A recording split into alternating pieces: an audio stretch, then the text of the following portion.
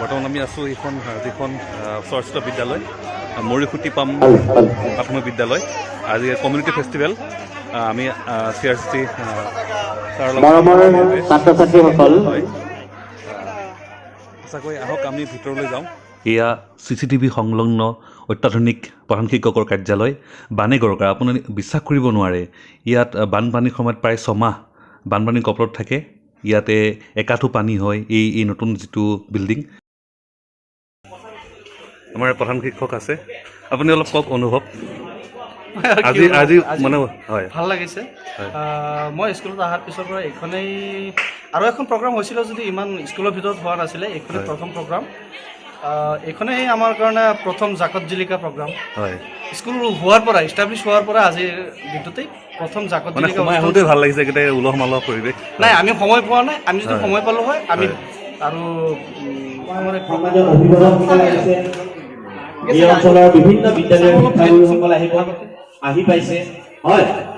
আমি যিমান সুন্দৰকৈ অনুষ্ঠানটো আয়োজন কৰিম সিমানে আমাৰ গাঁওখনৰ নাম হ'ব এলেকাটোৰ নাম হ'ব স্কুলখনৰ নাম হ'ব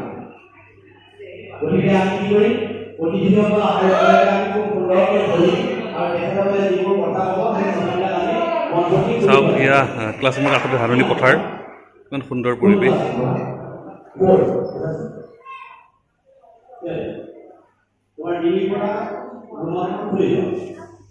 আপোনালোক ইয়াৰ অভিভাৱক ন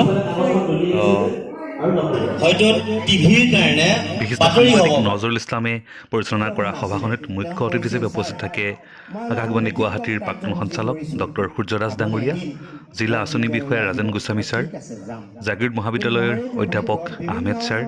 ৰেণু লস্কৰ মেধি CRC ইনামুল হুছেইন গম্ভীৰ ডেকা অধিবক্তা নাহাৰ প্ৰমুখ্যে বহুকেইগৰাকী শিক্ষাগুৰু তথা এই অঞ্চলটোৰ কেইবাগৰাকীও অভিভাৱক তথা ছাত্ৰ ছাত্ৰী প্ৰথম যেতিয়া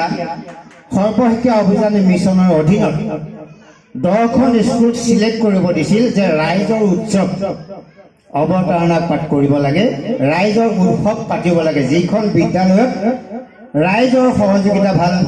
বিদ্যালয় পৰিচালনা সমিতিৰ সহযোগিতা ভাল ছাত্ৰ ছাত্ৰীৰ উপস্থিতি ভাল বিদ্যালয়খন সৰ্বাংগ সুন্দৰভাৱে পৰিচালনা কৰিছে সেইখন বিদ্যালয়ৰ প্ৰধান শিক্ষকগৰাকীয়ে তেনেকুৱা 10খন বিদ্যালয় মোক চিলেক্ট কৰিব দিছিল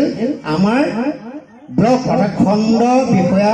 সকলৰ লগত যোগাযোগ কৰি মই কোনো খণ্ড শিক্ষা বিষয়াৰ লগত যোগাযোগ কৰা নাই মোৰ মনলৈ আহিলে প্ৰথম এখন বিদ্যালয়ৰ নাম সেইখন হ'ল মৰিচিৰিটো প্ৰাথমিক বিদ্যালয় মোক কোনো সাজেষ্ট কৰা নাই কোনো উপদেশ দিয়া নাই যে সেইখন বিদ্যালয়ত ৰাইজৰ উৎসৱ পাতিব লাগে এইটো মোৰ নিজস্ব ধ্যান ধাৰণা টানি আনিছে মই দেখিছোঁ বিভিন্ন শিতানত তেওঁ অহোপুৰুষাৰ্থ চেষ্টা কৰিছে আমাৰ সকলোখিনি সৰ্বজ্ঞ এইখন বিদ্যালয়ৰ এক্টিভিটিৰ ওপৰত গতিকে এইখন বিদ্যালয়ত ৰাইজৰ উৎসৱ পাতিবলৈ নিৰ্বাচন কৰাৰ কোনো প্ৰয়োজন নাই তেওঁলোক এনেই অনায়াসে আহি গৈছে ৰাইজৰ কাৰণে তেওঁলোকে যে সঁচাকে সংস্কৃতিবান তেওঁলোকে যে সমাজ যি কৈছে সমাজৰ কাৰণে ভবা মানুহ তেওঁলোকৰ কিন্তু এই ধৰণৰ সভা যি মানে মনোযোগ এই মনোযোগে মোক আপ্লুত কৰিছে বিভিন্ন সভা সমিতিত কেতিয়াবা যাওঁ কিছু কথা শুনো গতিকে